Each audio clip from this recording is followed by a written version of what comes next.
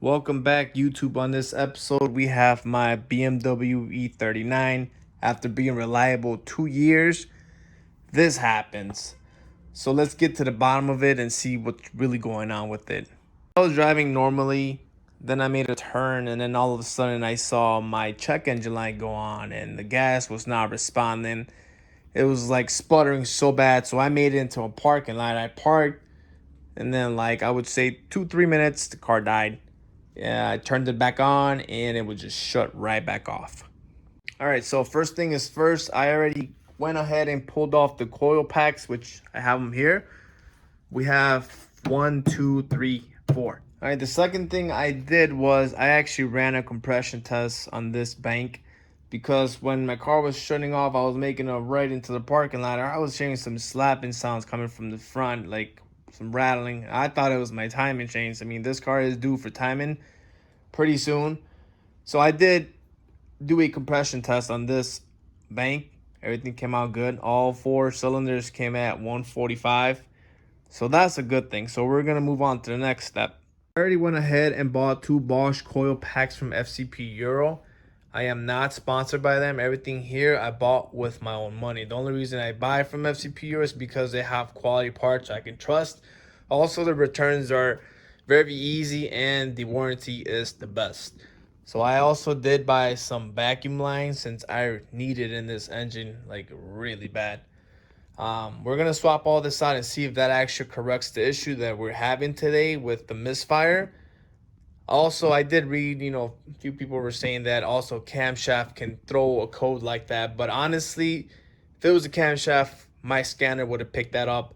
And that's why I didn't even order the camshaft. So we'll see if this coil will fix this issue with the fuel cutoff.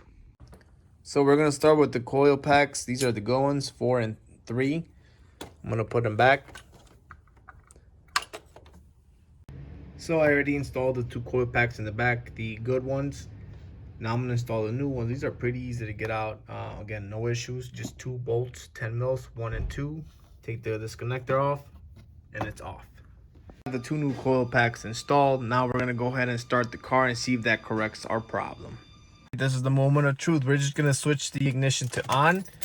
Gonna let the fuel pump prime.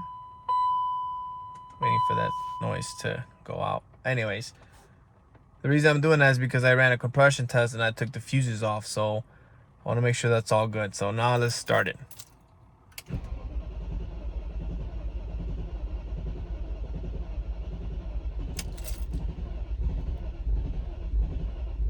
All right, we're gonna give it a second try.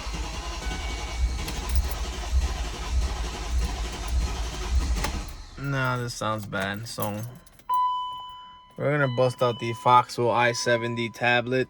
See what's really going on with this BMW. Yep. One thing that come up was the tank sensor 1 fuel pump side. No CAN ID. Voltage supplier terminal 15 faulty. There's a few other things that this stuff, I don't really care about that. It has nothing to do with our no start. So this one can be in question for sure. And then, all right, so after troubleshooting the issue with this car, I did come across a code on the scanner regarding a fuel pump fuse or something like that connection. But then I was playing around with the back seat. I took the back seat off. I cycled the key to try to hear the fuel pump if I can hear it prime. Fortunately, I don't hear any noise coming from the fuel pump. So that fuel pump might be in question. But again, I knew it was not going to be the fuel pump because, again, it was a misfire on cylinder 1 and 2. So, I mean, if it was a fuel pump, it wouldn't be just those 2 cylinders. But now it's like the car won't even start at all. So, I mean, I got all the fuses plugged in. I have everything connected.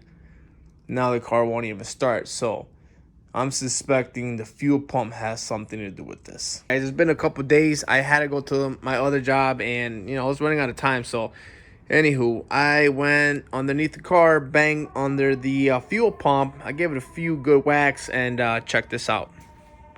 All right, we're inside. Voila, starts. Check that out, 190,000 miles. So I'm gonna go ahead and place an order for a new fuel pump with FCP Euro. I'll show you how to replace it right now. All right, guys, welcome back. I got the fuel pump here. It's the one here, so I'm gonna show you how to install that. But first, we have to disconnect the battery. Go to the trunk. There's a 10 mil for the negative.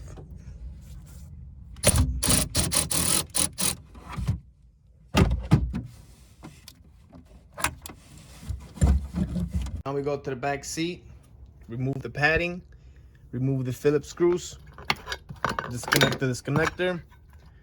What I'm gonna do is I'm gonna use my and hit it with my rubber mallet. All right, now we loosened it up.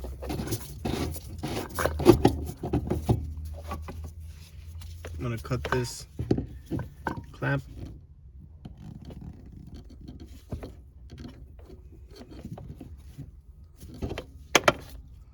All right, don't forget your rag to catch all the gas that spills out.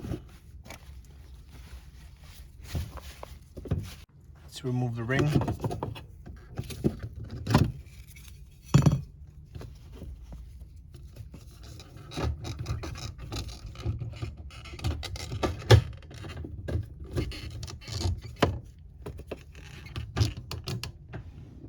Our fuel pump is like right there.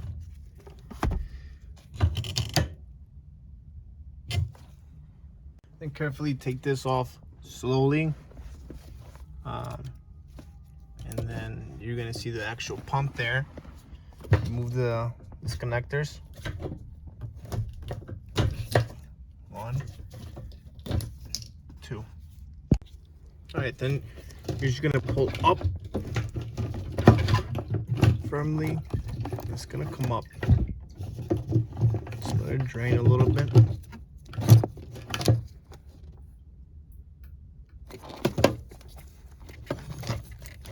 That's the old pump.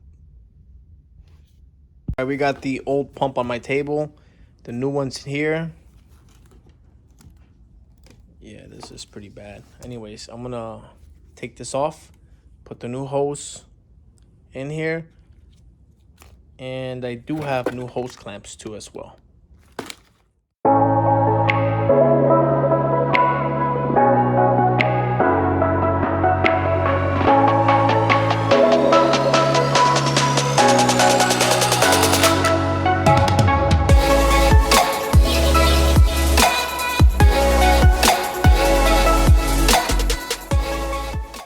So I had to stop recording because I broke the little nipple where the hose goes.